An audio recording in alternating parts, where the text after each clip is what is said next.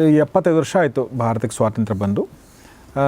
75 ವರ್ಷದಲ್ಲಿ ಭಾರತದ ಆರ್ಥಿಕ ಪ್ರಗತಿಯ ದಿಕ್ಕು ದೆಸೆ ಇದನ್ನು ಯೋಚನೆ ಮಾಡಿದರೆ ನಿಮ್ಮ ಒಂದು ಥಾಟ್ಸ್ ಏನು ಸರ್ ಇದರಲ್ಲಿ?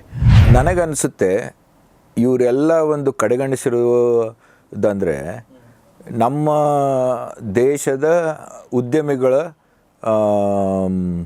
ವಿಚಾರ ಅಥವಾ ಅವ್ರ ಪಾತ್ರ. ಈಗ ನಾರ್ಮಲ್ ಬ್ಯಾಂಕ್, ಮಾಡರ್ನ್ ಬ್ಯಾಂಕಿಂಗ್ ಏನಿದೆ, ದೇ ಆರ್ ಜಸ್ಟ್ ಇಂಟರ್ಮೀಡಿಯರೀಸ್. ನಿಮ್ಮ ದುಡ್ಡು ತೊಗೊಂಡು ಇನ್ನೊಬ್ರು ದುಡ್ಡು ಕೊಡ್ತಾರೆ. ಆ ಥರದ್ದು ಎವಿಡೆನ್ಸಸ್ ಇದೆ ಜಹಾಂಗೀರ್ನ ಕಾಲದಲ್ಲಿ. ಅದಕ್ಕೆ ಇವರೇನು ಐಡಿಯಾ ಹಾಕಿದ್ರು, ಅಲ್ಲಿಂದ ಯಂತ್ರಗಳನ್ನು ತೊಗೊಂಡ್ಬಂದು ನಾವಿಲ್ಲಿ ಯಾಕೆ ಕೈಗಾರಿಕೆ ಮಾಡಬಾರ್ದು. 2004 ಡಾಕ್ಟರ್ ಮನಮೋಹನ್ ಸಿಂಗ್ ಸ್ಪೀಚ್ ಅದರಲ್ಲಿ ಯಾವ ಕ್ಲಿಯರ್ ಆಗಿ ಹೇಳಿದ್ದಾರೆ, that what ever we have done till now is V have followed Tata Birla plan ಅಂತ.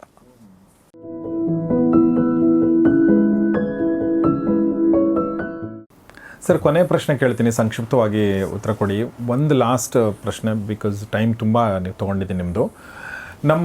ಯಾಕೆಂದರೆ ನೀವು ಒಬ್ಬ ಬಿಸ್ನೆಸ್ ಜರ್ನಲಿಸ್ಟ್ ಆಗಿದ್ರಿ ಮತ್ತು ನಮ್ಮ ಬಿಸ್ನೆಸ್ ಐಕಾನ್ಗಳನ್ನ ಮತ್ತು ಬಿಸ್ನೆಸ್ ಹೌಸಸ್ನ ತುಂಬ ಹತ್ತಿರದಿಂದ ನೋಡಿರೋದ್ರಿಂದ ನಮಗೆ ಬಿಸ್ನೆಸ್ ಬಗ್ಗೆ ಅಥವಾ ನಮ್ಮ ಬಿಸ್ನೆಸ್ ಅನ್ನೋದಕ್ಕಿಂತ ಎಕಾನಮಿನ ಹತ್ತಿರದಿಂದ ನೋಡಿರೋದ್ರಿಂದ ನಾವು 92ನಲ್ಲಿ ಮನಮೋಹನ್ ಸಿಂಗ್ ಫೈನಾನ್ಸ್ ಮಿನಿಸ್ಟರ್ ಆಗಿದ್ದಾಗ ಜಾಗತೀಕರಣದ ಫಲಾನುಭವಿಗಳೇ ನಾವೆಲ್ಲ ಅಂತ ನನಗನ್ಸುತ್ತೆ.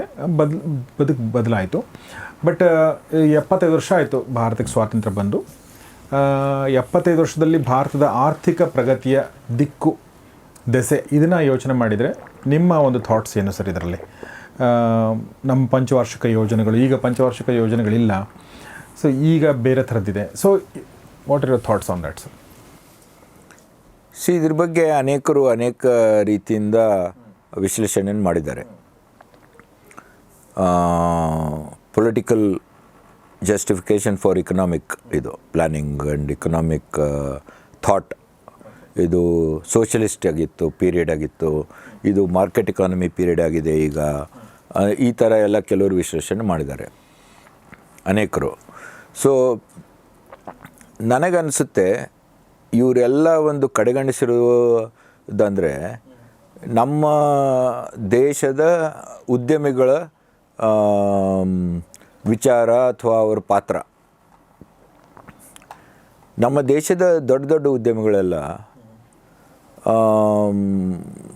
ಅವ್ರಿಗೆ ಮೊದಲಿಂದ ಒಂದು ಕೊರಗಿತ್ತು, ಅಂದರೆ ಬ್ರಿಟಿಷರ್ ಕಾಲದಿಂದ ಕೊರಗಿತ್ತು.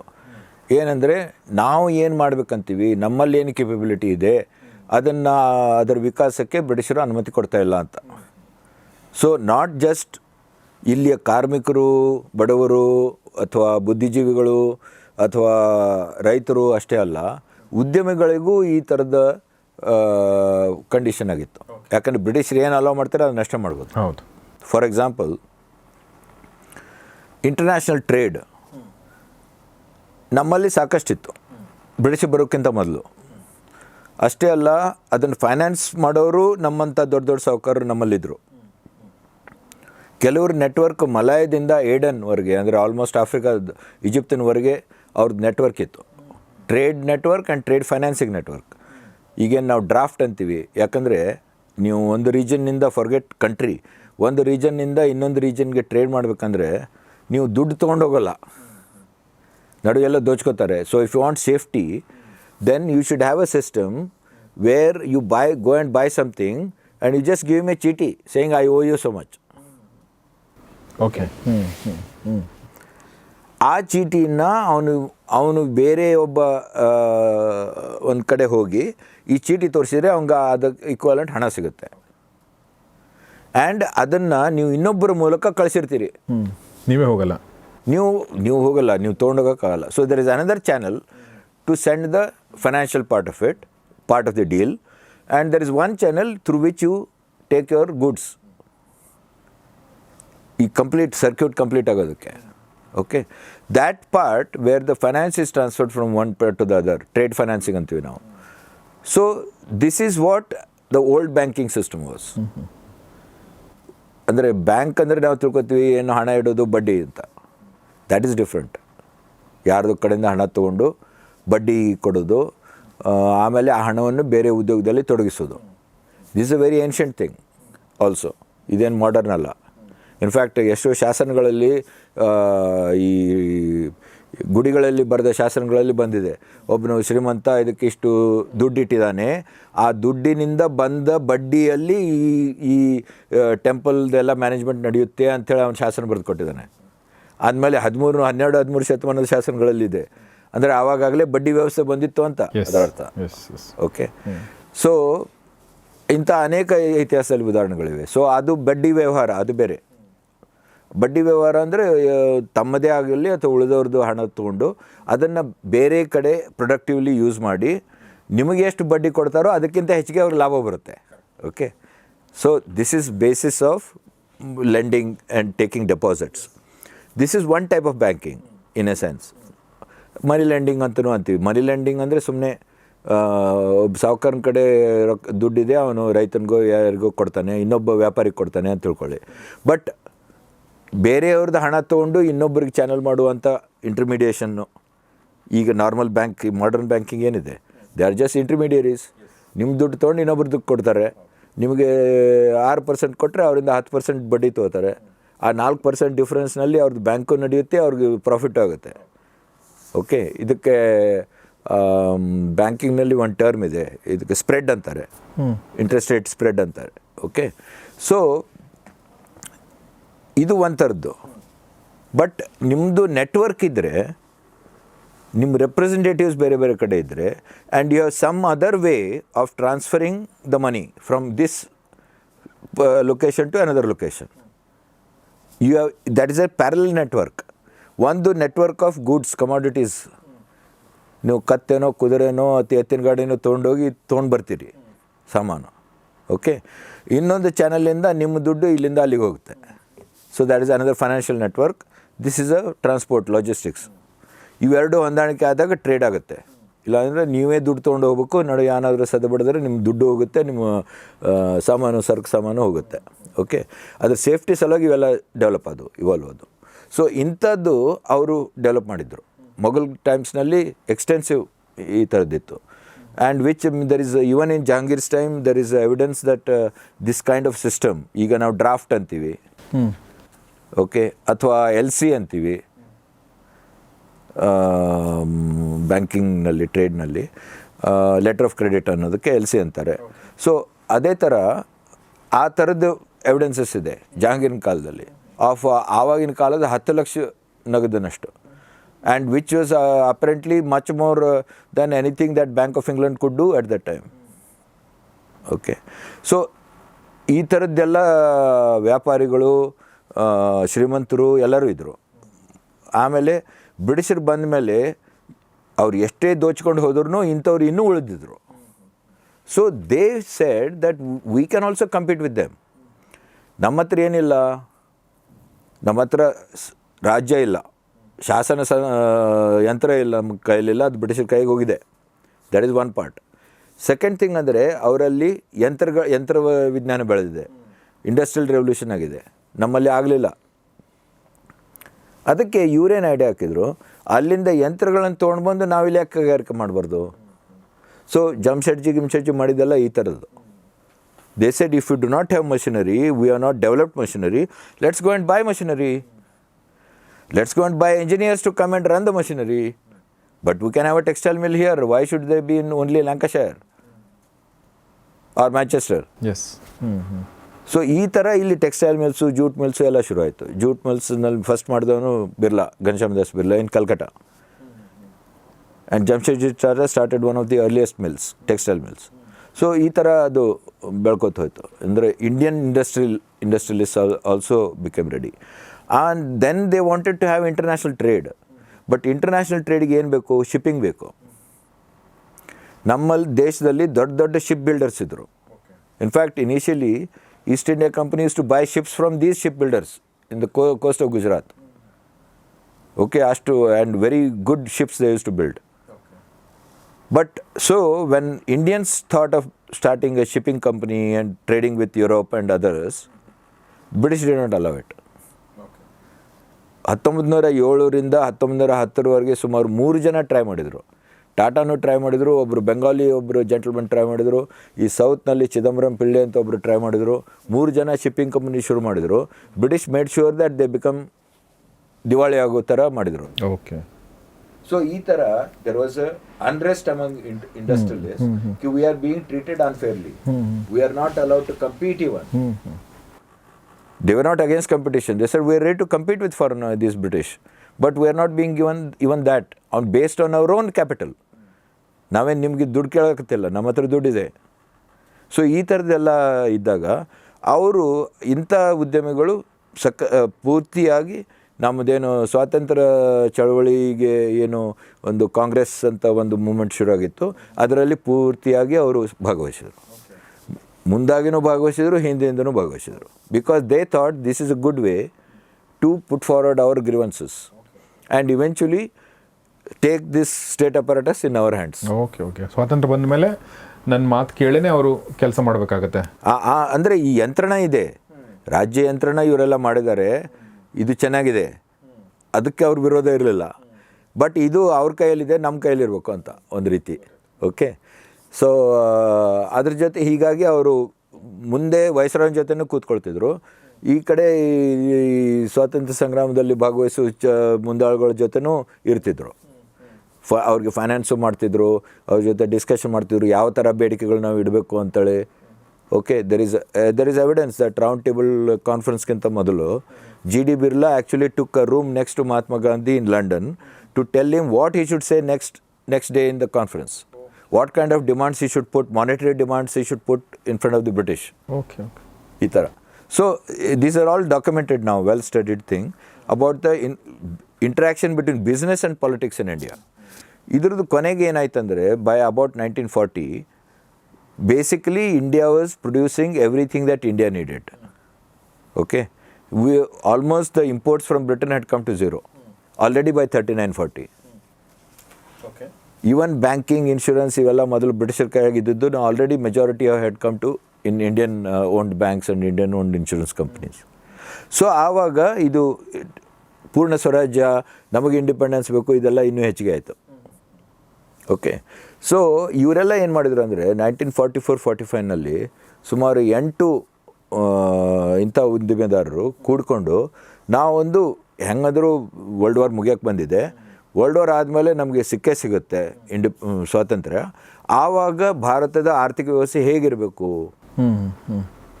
ಅಂಥೇಳಿ ನಾವು ಒಂದು ರಿಪೋರ್ಟ್, ಒಂದು ಪ್ಲ್ಯಾನ್ ತಯಾರು ಮಾಡಿದರು.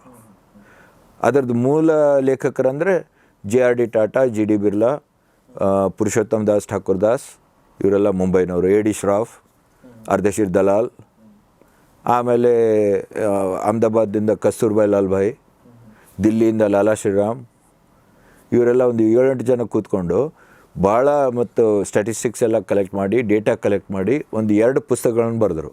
ಚಿಕ್ಕ ಪುಸ್ತಕಗಳವು, a plan for India's economic development part 1 and part 2 ಅಂತ. ಪಾರ್ಟ್ 1ನಲ್ಲಿ ಜನರಲಿ ಪ್ರಾಬ್ಲಮ್ಸನ್ನೆಲ್ಲ ಸ್ಟೇಟ್ ಮಾಡಿದ್ದಾರೆ. These are all available. ಆವಾಗ ಪಬ್ಲಿಷ್ ಮಾಡಿ ₹1ಗೋ 8 ಆಣೆಗೋ ಅದನ್ನು ಮಾರಿದ್ದಾರೆ 1944-45ನಲ್ಲಿ. ಇದರಲ್ಲಿ ಏನು ಸೀಕ್ರೆಟ್ ರಿಪೋರ್ಟ್ ಡಾಕ್ಯುಮೆಂಟ್ ಇಲ್ಲ. And now they are available on the internet. Bombay plan ಅಥವಾ plan for India's economic development or Tata Birla plan, because people started calling it Tata Birla plan. Okay, ಅಂಥೇಳಿ ನೀವು ಗೂಗಲ್ನಲ್ಲಿ ಹಾಕಿದರೆ PDF ಕಾಪೀಸ್ ನಿಮ್ಗೆ ಸಿಗುತ್ತೆ ಇದ್ರದ್ದು. Okay, I was able to get in 1991 this original from the Bombay University Library and I photocopied it and kept it with me. But now they are all available on the internet. Okay, and in fact recently last year 2019ನಲ್ಲಿ ಅದರದ್ದು 75ನೇ anniversary ಆಯಿತು ಈ ಟಾಟಾ ಈ ಪ್ಲ್ಯಾನದ್ದು. ಅದ್ರ ಬಗ್ಗೆ 2 ಮುಖ್ಯ ಗ್ರಂಥಗಳು ಬಂದವು. Okay, Bombay plan and it's consequences ಅಂತ. One was edited by Dr. Sanjay Baru and Lord Meghnad Desai. Both are well-known economists and many economists have contributed articles in that. ಅದರ ಅನುಬಂಧದಲ್ಲಿ ಈ ಪ್ಲ್ಯಾನ್ಗಳನ್ನು ಪ್ರಿಂಟನ್ನು ಮಾಡಿದ್ದಾರೆ, ರೀಪ್ರಿಂಟ್ ಮಾಡಿದ್ದಾರೆ. ಇನ್ನೊಂದು ಮೇಧಾ ಕುಡಾಯಿಸಿ ಅಂತೇಳಿ professor in Singapore university, she has also written about this another book. So as a 75th anniversary of this plan. So there is nothing secret about this plan. ಆ ಪ್ಲ್ಯಾನ್ನಲ್ಲಿ ಅವರು ಒಂದು ರೂಪುರೇಷೆಯನ್ನು ಕೊಟ್ಟರು. Though India was not independent, they assumed India is going to be independent. ಅದ್ರ ಪ್ರಕಾರ ಅದು ಕೊಟ್ಟರು.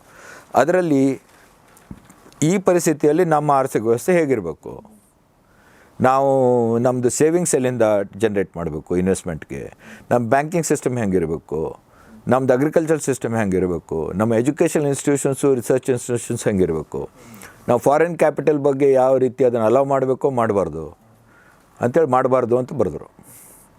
Foreign goods ಮೇಲೂ ಇಂಪೋರ್ಟ್ ಅದನ್ನು ಕಟ್ ಮಾಡಬೇಕು, ಟ್ಯಾರಿಫ್ ಬ್ಯಾರಿಯರ್ಸ್ ಇಡಬೇಕು, ಅಂದರೆ 200-300% ಟ್ಯಾಕ್ಸ್ ಹಾಕಬೇಕು. ಓಕೆ, ಇದನ್ನೆಲ್ಲ ಅದರಲ್ಲಿ ಎಲಿಮೆಂಟ್ಸ್ ಇದ್ವು. ಆಮೇಲೆ ಮುಖ್ಯವಾಗಿ ಅಂದರೆ ನಾವೇನೀಗ ಪಬ್ಲಿಕ್ ಸೆಕ್ಟರ್ ಅಂತೀವಲ್ಲ, ಸಾರ್ವಜನಿಕ ಒಂದು ಸೆಕ್ಟರ್ ಅಂತ, ಕ್ಷೇತ್ರ ಅಂತ, ಅದನ್ನು ಅದರಲ್ಲಿ ಪ್ರತಿಪಾದಿಸಿದರು.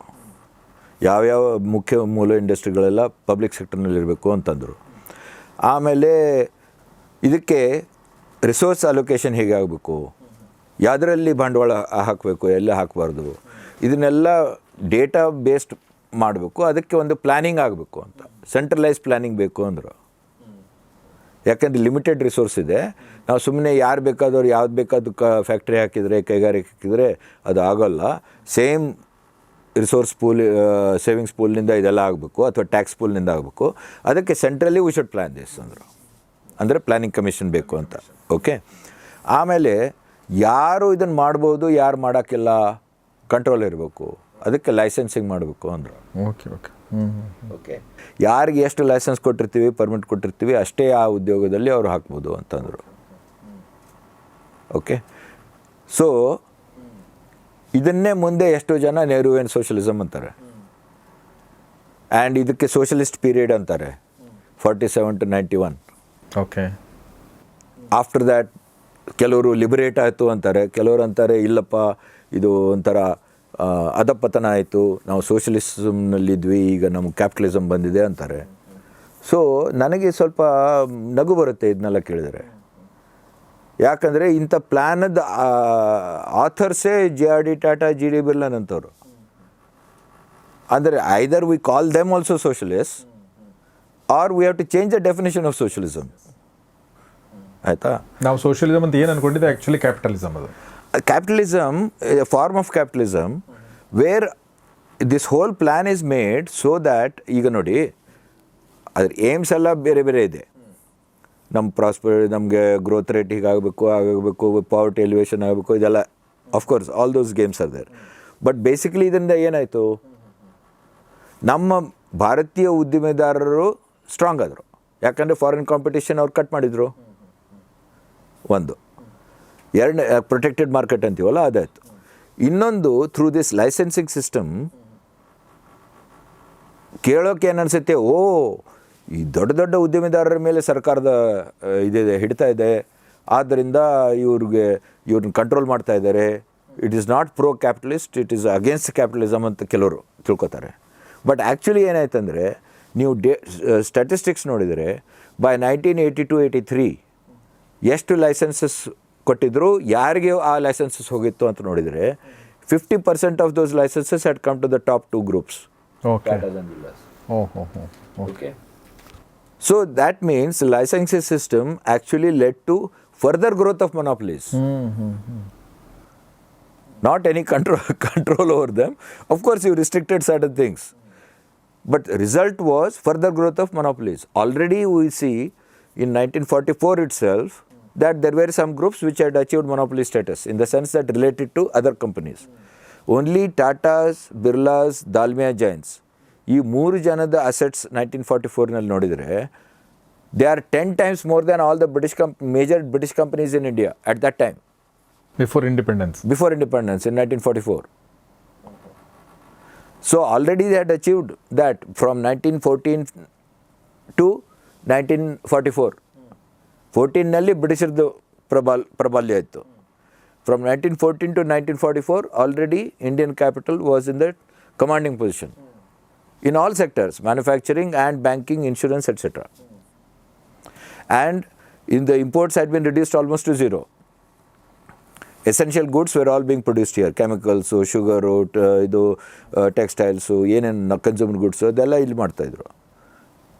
And even the steel they were making, Tata Steel had already been established. ಕೆಲವು ಇಂಪೋರ್ಟ್ ಮಾಡ್ಕೊತಿದ್ರು, ಯಾಕಂದ್ರೆ ನಮ್ಮಲ್ಲಿ ಕಮಾಡಿಟೀಸ್ ಇದ್ದಿಲ್ಲ, ಆಯಿಲು, ಪೆಟ್ರೋಲು, ಡೀಸೆಲ್ ಇಂಥವೆಲ್ಲ ಇಂಪೋರ್ಟ್ ಮಾಡ್ತಾಯಿದ್ರು ಆವಾಗ. ಓಕೆ, ಸೊ ಅಂದರೆ ಈಗ ಏನಾದರೂ ನೀವು ಲೇಬಲ್ ಕೊಡಿ, ಇದು ಮಿಕ್ಸ್ಡ್ ಇಕಾನಮಿ ಅನ್ರಿ, ನೆಹರುವಿಯನ್ ಸೋಷಲಿಸಮ್ ಅನ್ರಿ, ಮತ್ತೇನೋ ಅನ್ರಿ, anything you can call it. But what is the result?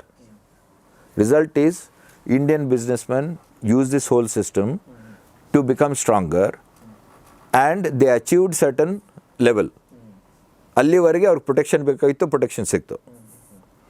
ಸಿಕ್ಕ ಮೇಲೆ they wanted to go out because business only grows by expansion.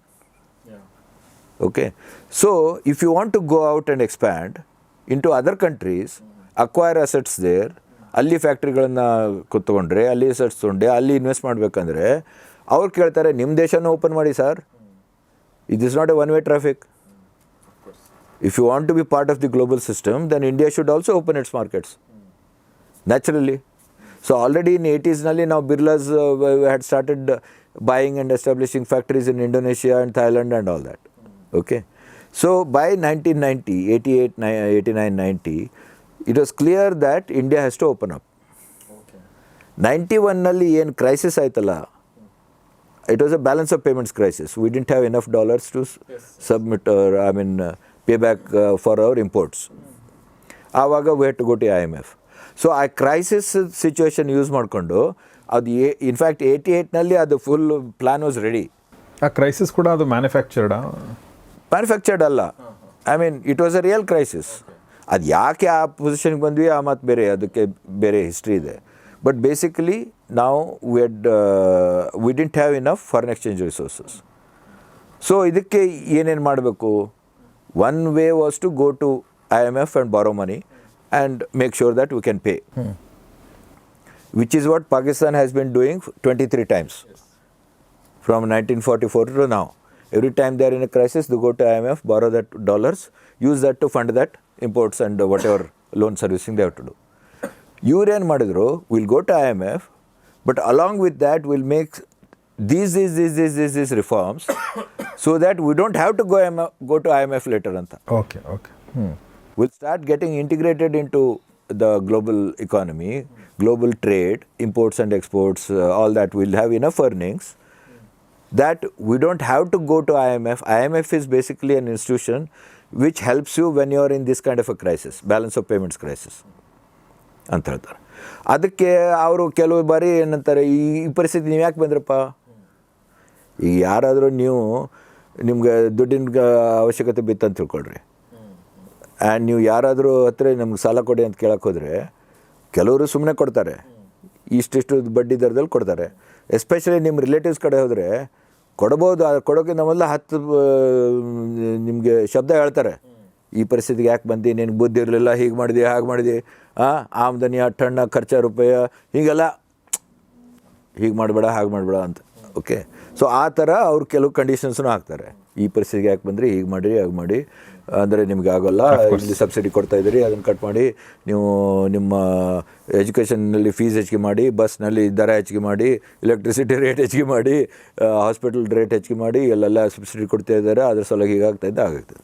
But it is a sort of so called advice. Okay, ಅಂದರೆ next time you will become stable ಅಂತ. Okay, because lot of times we talk about conditionalities of IMF loans, but they are in this form. Okay, so ಇವರು ಏನು plan ಮಾಡಿದ್ರು ಅಂದರೆ, ಅದೇ IMF loan ಪಾಸ್ ತೊಗೊಂಡ್ರು, but ಅದ್ರ ಜೊತೆಗೆ ಮೂಲಭೂತವಾದ ಕೆಲವು ಸುಧಾರಣೆಗಳು ಮಾಡೋಣ. ಹಿಂದಿನ ಸ್ಟ್ರಕ್ಚರ್ ಏನಿತ್ತಲ್ಲ, ಲೈಸೆನ್ಸಿಂಗ್ ಸ್ಟ್ರಕ್ಚರು, ಈ high taxes, custom duties on imports, ಮತ್ತು ಯಾವುದು reserved only for public sector, what is meant for private sector, ಯಾವುದು ಪಬ್ಲಿಕ್ ಸೆಕ್ಟರು ಲಾಸ್ ಮೇಕಿಂಗ್ ಇದೆ ಅದನ್ನ ಏನು ಮಾಡೋಣ, ಆಮೇಲೆ even should we be in these businesses are not.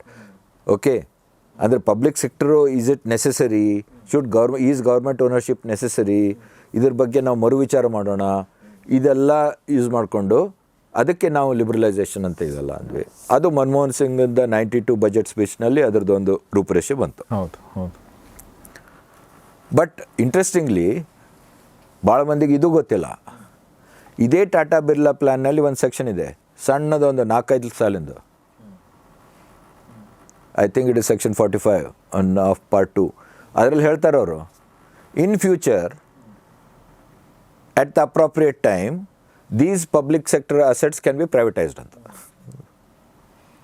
So ಅಂದರೆ ನೋಡಿ, ಸೊ ಒರಿಜಿನಲ್ ಪ್ಲ್ಯಾನ್ನಲ್ಲಿ already even the 91 reforms in some sense have been foreseen. So ಇದನ್ನು ಎಕ್ಸ್ಪ್ರೆಸ್ ಮಾಡೋದಕ್ಕೆ ನಾನಂತವನು ಹೇಳೋದೇನು, ಮನಮೋಹನ್ ಸಿಂಗ್ ಅವರೇ ಹೇಳಿದ್ದಾರೆ. ಮನಮೋಹನ್ ಸಿಂಗ್ನಷ್ಟು ಭಾರತದ ಆರ್ಥಿಕ ವ್ಯವಸ್ಥೆ ತಿಳಿದುಕೊಂಡವ್ರು ಯಾರೂ ಇಲ್ಲ ಅಂತ ಹೇಳ್ಬೋದು. ಯಾಕಂದರೆ ಸುಮಾರು 50 ವರ್ಷ ಅರ್ಥತಜ್ಞರಾಗಿ, ಆರ್ಥಿಕ ಅಡ್ವೈಸರ್ ಆಗಿ, ರಿಸರ್ವ್ ಬ್ಯಾಂಕ್ ಗವರ್ನರ್ ಆಗಿ, ಪ್ಲಾನಿಂಗ್ ಕಮಿಷನ್ ಡೆಪ್ಯೂಟಿ ಚೇರ್ಮನ್ ಆಗಿ, ಫೈನಾನ್ಸ್ ಮಿನಿಸ್ಟರ್ ಆಗಿ, ಪ್ರೈಮ್ ಮಿನಿಸ್ಟರ್ ಆಗಿ ಅವರು ಸರ್ವ್ ಮಾಡಿದ್ದಾರೆ. ಅಂಥವರು 2004ನಲ್ಲಿ ಒಂದು ಟಾಟಾ ಅವ್ರ ಬಗ್ಗೆ ಭಾಷಣ ಮಾಡ್ತಾಯಿದ್ರು. ಅದು ಪ್ರೈಮ್ ಮಿನಿಸ್ಟರ್ ವೆಬ್ಸೈಟ್ನಲ್ಲಿದೆ, PMO ವೆಬ್ಸೈಟಿಗೆ ಹೋಗಿ ನೋಡಿದರೆ ಅದು ಸಿಗುತ್ತೆ ನಿಮಗೆ. 2004 ಡಾಕ್ಟರ್ ಮನಮೋಹನ್ ಸಿಂಗ್ ಸ್ಪೀಚ್. ಅದರಲ್ಲಿ ಅವರು ಕ್ಲಿಯರ್ ಆಗಿ ಹೇಳಿದ್ದಾರೆ that whatever we have done till now is we have followed Tata Birla plan ಅಂತ. This was a great plan with great foresight, unprecedented in the history of developing nations, that few businessmen were so foresighted that they could chart out. In fact ಅವರು ಹೇಳಿದ್ದಾರೆ, ನಾವು ಏನು ಇದರಲ್ಲಿ ಇದೆಲ್ಲ modern IIT IIMs ಎಲ್ಲ ಮಾಡಿದ್ವಿ, scientific institutions ಮಾಡಿದ್ವಿ, modern financial sector ಮಾಡಿದ್ವಿ, ಬ್ಯಾಂಕಿಂಗು ಅದರದ್ದು ಇದೆಲ್ಲ, ಸ್ಟಾಕ್ ಮಾರ್ಕೆಟದ್ದು. ಆಮೇಲೆ ನಮ್ಮ ಅಗ್ರಿಕಲ್ಚರ್ ರಿಸರ್ಚ್ ಮಾಡಿದ್ವಿ, ಹೊಸ ತಳಿಗಳನ್ನು, ಇದು ಯೂನಿವರ್ಸಿಟಿ ನೆಟ್ವರ್ಕ್ಸು. ಆಮೇಲೆ ಇಂಥದ್ದೆಲ್ಲ ಏನು ನಾವು ಇದನ್ನು ಮಾಡೀವಿ. All this and to this day every single 5-year plan we have followed this great economic plan of 1944-45 ಅಂತ ಮನಮೋಹನ್ ಸಿಂಗ್ ಹೇಳಿದ್ದಾರೆ ಇನ್ 2004. ನಾನು ಹೇಳೋದೇನು